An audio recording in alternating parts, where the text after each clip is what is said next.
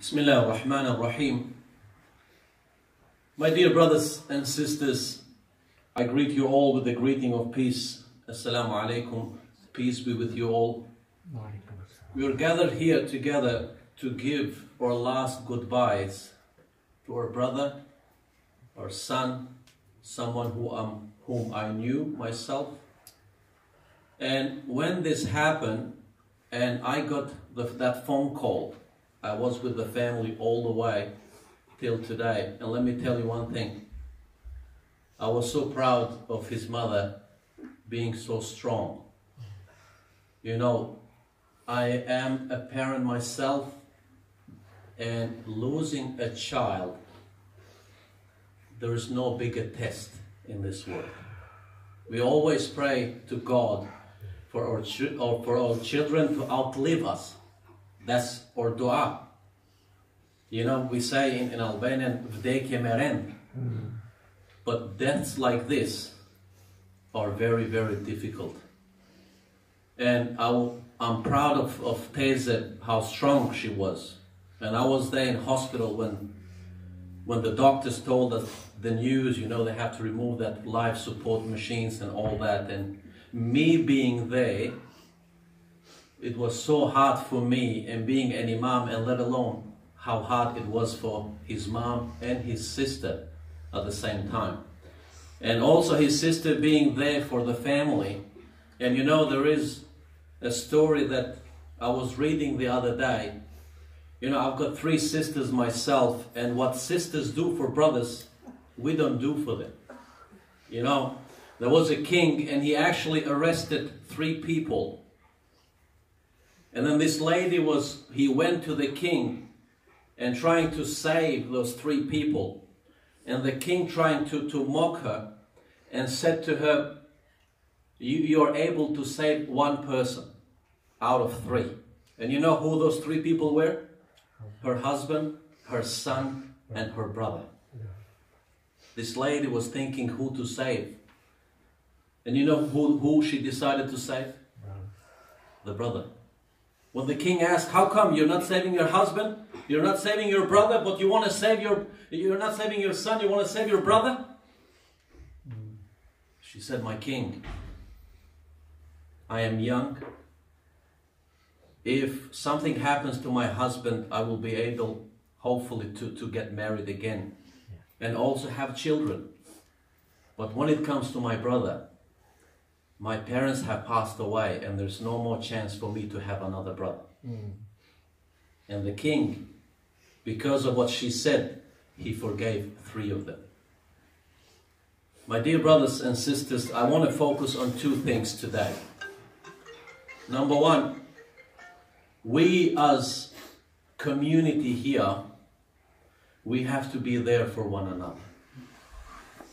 If you see someone feeling down, or you see someone that having a bad day, reach out to them. And it doesn't cost us nothing to say, how are you? Do you need any help? You know, mental health is very important. Are we those people who actually feel for one another? It's easy to say, you know, we love each other. But when is the time we have to show that in practice, in our actions? It is important, my dear brothers and sisters. You know, I being an imam, and I know Imam Perparim as well. You know, a lot of people call us when it comes to these things that, you know, having a bad day and, you know, going through a lot of difficult times. And I can tell you, and Allah is my witness, that I myself, and this is with Allah's help, was able to save some of those lives. Now, this is very important for you to understand. Being depressed can happen even to us imams. It happened even to our Prophet, peace and blessings be upon him. You know, there's a year, it's called Amul Huzn, the year of sorrow and depression. And that is the year that our Prophet, peace and blessings be upon him, he went through himself when his wife and his uncle passed away 3 months apart. So, doesn't mean that, you know, because what happens nowadays, and remember this, because we watch a lot of Hollywood movies, and the way that they portray people that having depression like they're monsters, that is not true.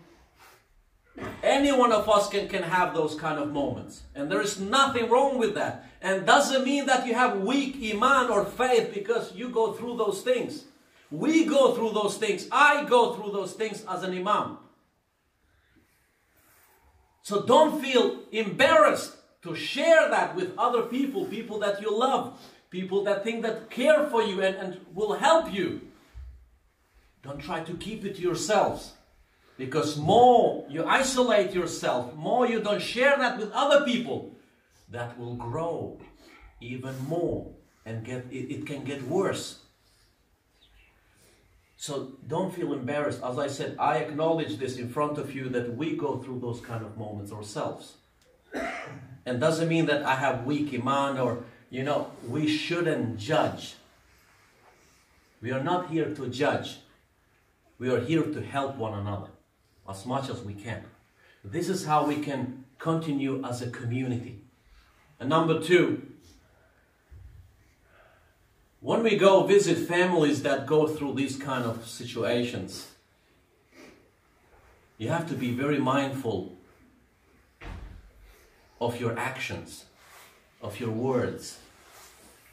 When we go to situations like this, we have our traditions, as you know. We go and pray for the one who passed away. We go sit down, have a coffee, whatever the tradition is, and be mindful what you say.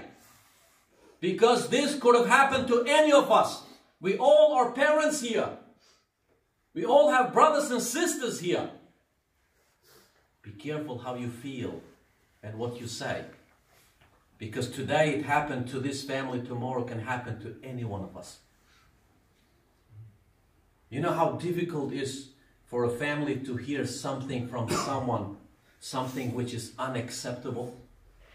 And then what kind of human being we can call ourselves when we say things that we are not supposed to say in situations like this? And you know that Allah, God, does not forget. You know, it can come back to any one of us. And Allah said in the Quran, Kama tadin tudan. As you do to others, it can happen to you. So these two are very important, my dear brothers. I also want to thank, on behalf of the family, Imam Perparim and the committee, everyone who is here today. May God bless you and reward you for every step that you took to come here today. Not just our community Albanians, but also the guests that we have here today. As you know, in situations like this, we are all citizens of humanity. We are all the same. And we always say this, and in every Albanian mosque you go, everyone is welcome. And we appreciate, you know, everyone coming here and sharing these moments of sadness with us. This is what makes us human. Doesn't matter what religion we follow, doesn't matter what language we speak, what background we come from. In things like this, we get together. And even for us, being Albanians, if you have friends or someone, you know, who go through the same thing, you go to their places. This is how you can show respect to them. So I want to thank every one of you for being here. And may God bless you and your families. And all of you being here today, it shows that Sokol was a good person. And I ask Allah to forgive all his shortcomings and to grant him the highest place in paradise, Ya Rabbal Alamin. Because we are short in time, I just want to thank everyone, Imam Perparim and the family, for giving this opportunity to talk in front of you. And as I said, may Allah give strength and patience to the mother and sister Skender, and all the family members, and to all of you that are here today.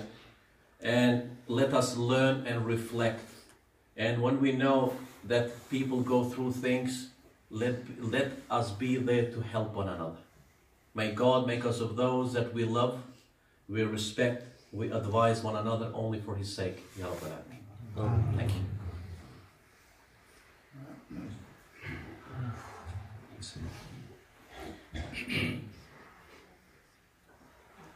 Now we stand up and we prepare for the Janazah prayer. Doamne, gati për namazin e Janazës.